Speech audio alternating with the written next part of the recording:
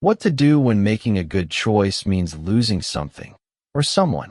What to do when the choice costs. What do you do when choosing according to who you are has a real, visible cost? There is a version of personal development that promises that when you know yourself well and choose according to who you are, things become easier. Relationships improve.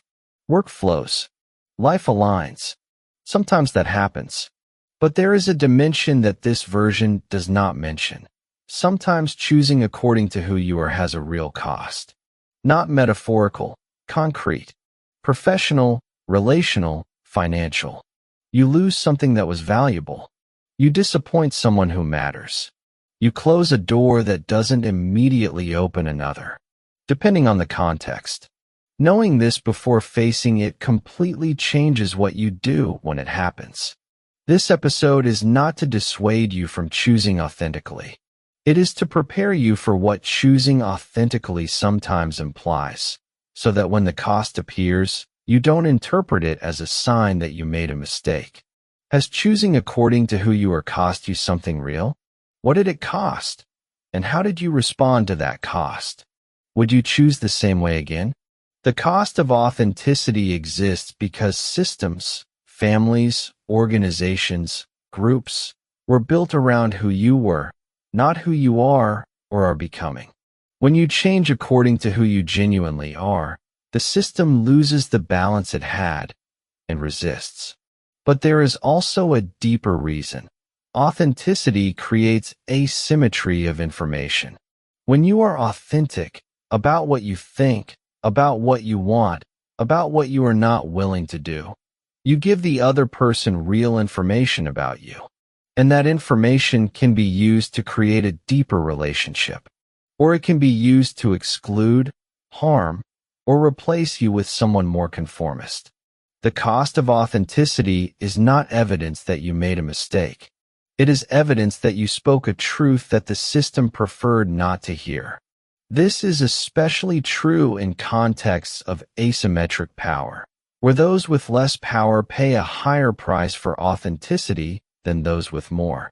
Being authentic when you have power is a manageable risk. Being authentic when you don't have power can be a real risk. Honesty about this asymmetry is necessary before any advice about just being yourself. Professional cost. You say what you think in a meeting, and it is ignored or penalized. You refuse a project that goes against your values, and you lose visibility. You set a limit on your time, and you are overlooked for promotion. These costs are real and must be weighed honestly, not ignored in the name of authenticity, not used as a reason for complete conformity.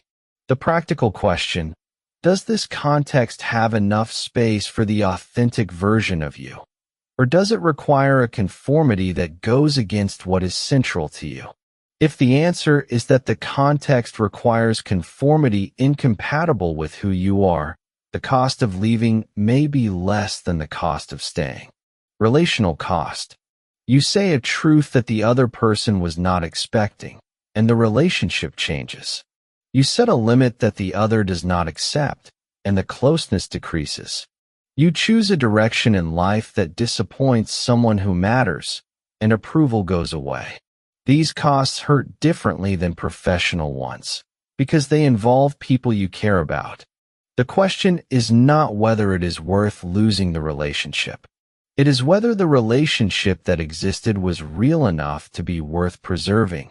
And if preserving it at the cost of who you are is preserving something genuine or just the appearance of something genuine.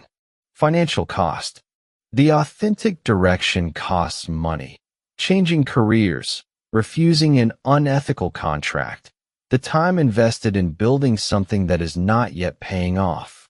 These costs are concrete and require planning, not denial. Authenticity without financial viability is a luxury that not everyone can afford at the same time. How present is this in your life now? And what are you doing with it? Managing, avoiding, accepting? 1. Name the cost accurately. Do not minimize. Do not catastrophize. What is it really costing, in concrete terms. 2. Distinguish temporary cost from permanent cost. Much of what seems permanent at the moment of cost is transitory. Much of what seems temporary is more lasting than it appears. 3. Check if the cost is of authenticity or of the form of authenticity. Sometimes the cost is not of having spoken the truth, it is of how it was said. Authenticity does not require absence of diplomacy. 4. Honor the cost without using it to invalidate the choice. Paying a real price for a genuine choice is different from having made a mistake. Confusing them leads to reverting to the norm to avoid the cost, and losing what the genuine choice was building. No one said that choosing according to who you are would be free. And it would be dishonest to end this entire series without directly naming that sometimes it isn't. But there is a difference between the cost of an authentic choice, which is temporary, which is informative, which is part of building something real, and the cost of living a life that is not genuinely yours, which is continuous, which accumulates silently, which produces nothing worth the price paid. Paying the price of being who you are is always less costly than paying the price of not being. The difference is that the second cost is paid over a lifetime, in small doses, without a clear moment of arrival. This is visible choice. When authenticity has a price, and how to navigate that price without using it as a reason to turn back. The last episode of this season, and this phase of the entire series, is about what all this is built. A life with direction. How to recognize it. How to celebrate it. And how to continue. Visible choice. Season 1.